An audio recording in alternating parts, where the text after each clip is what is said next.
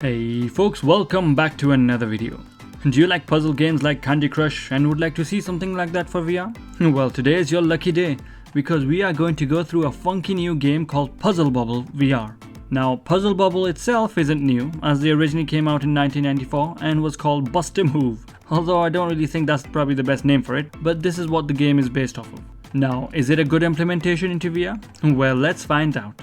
But talking about funky, remember we have a 10k special giveaway on right now, where I will be giving away any game on the Oculus Quest store that's in the top selling section, and the winner gets to choose which game they want. To enter the giveaway, all you have to do is like the video, subscribe to the channel, put on bell notifications, and comment hashtag Whackman10k down below.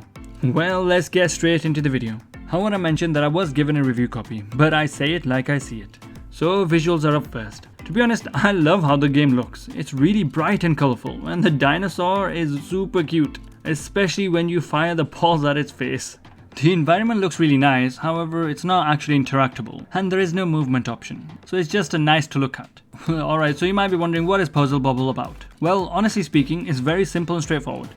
If you haven't played the 2D Puzzle Bobble, aka Bust a Move, then it's simply a puzzle game where you're trying to get to the core by popping all of the balloons around it, by matching a minimum of 3 balls of the same color for them to be able to pop.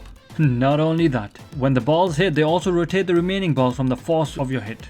And how do you fire the balls? Well, that's actually the fun part. You use a slingshot gun, similar to Angry Birds VR if you've ever played that. Now, this can be a little bit difficult because you need to use both your hands, where one hand needs to balance and the other needs to actually aim. Now, the aiming can be a little finicky as you need to be precise and then keep your hands steady, otherwise even the slightest movement can make you miss your target. It gets a little bit difficult sometimes, especially on the time levels when you're panicking. The game initially starts off really easy, where you start thinking, well, this isn't too bad, but then things ramp up pretty quickly. Although at times it does feel a little unfair, as when you get to the end, the only balls left are in ones, so you have no chance of popping them as you need 3 to be able to pop them. But I guess that was your own fault for not strategizing properly. And you definitely need to think about your next shot, similar to snooker. There are 3 different modes: Story, Infinite and Duel. The Duel mode is basically multiplayer. Unfortunately, I don't believe many people are actually playing that, and it may be because the game is quite new, but I couldn't really find anyone, which was a bit sad. So I wouldn't really get this game for its multiplayer aspect, which is unfortunate. Unless you have a friend with a Quest, then you can play against them, so it is still a good addition to have.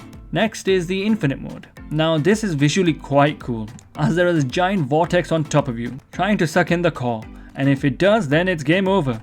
Like the name suggests, the game carries on seeing how long you can survive.